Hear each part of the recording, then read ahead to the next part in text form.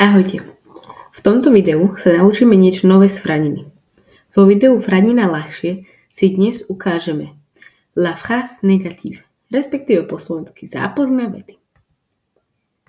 Poznáme veľa záporov, ale v dnešnom videu si ukážeme konkrétne 3. A to bude ne pas.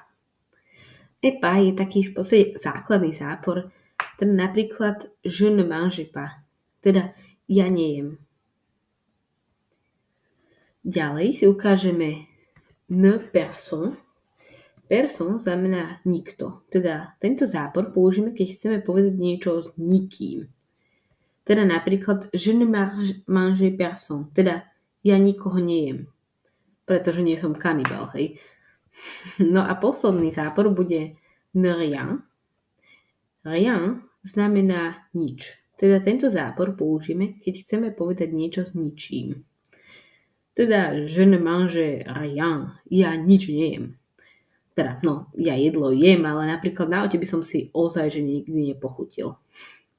Tak ale poďme sa lepšie pozrieť na jednotlivé zápory. Prvý si ukážeme ne pas.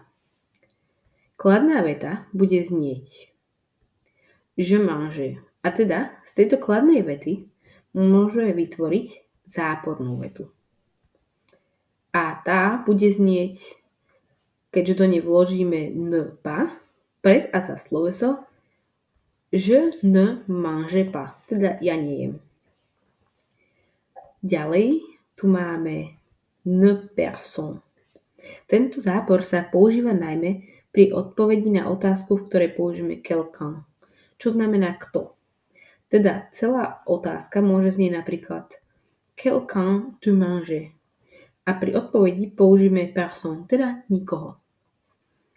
Kladná veta bude znieť je mange a teraz z tejto kladnej vety môžeme vytvoriť zápornú vetu.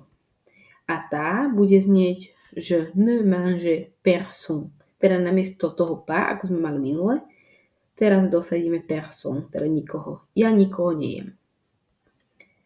No a posledný zápor, ktorý si ukážeme v tomto videu, bude ne rien. Tento zápor sa používa najmä pri odpovedi na otázku, v ktorej použijeme quelque chose. Čo znamená čo? Teda celá otázka môže znieť napríklad quelque chose tu mange a pri odpovedi použijeme rien, teda nič nejem. Kladná veta môže znieť napríklad je mange a z tejto kladnej vety vytvoríme zápornú vetu. A tá bude znieť, možno už aj viete, áno, za pas alebo personne vymeníme teraz rien. Takže je ne mange rien, teda ja nič nejem. No a viac informácií nájdete na mojom kanáli a ak by ste sa chceli dozvedieť viac o tom, ako sa tvoria jednotlivé časy alebo hocičo iné, neváhajte si pozrieť iné videá z Franina ľahšie, ktoré tiež nájdete na mojom kanáli. Ďakujem za pozornosť a vidíme sa pri ďalšom videu. Tak zatiaľ čaute.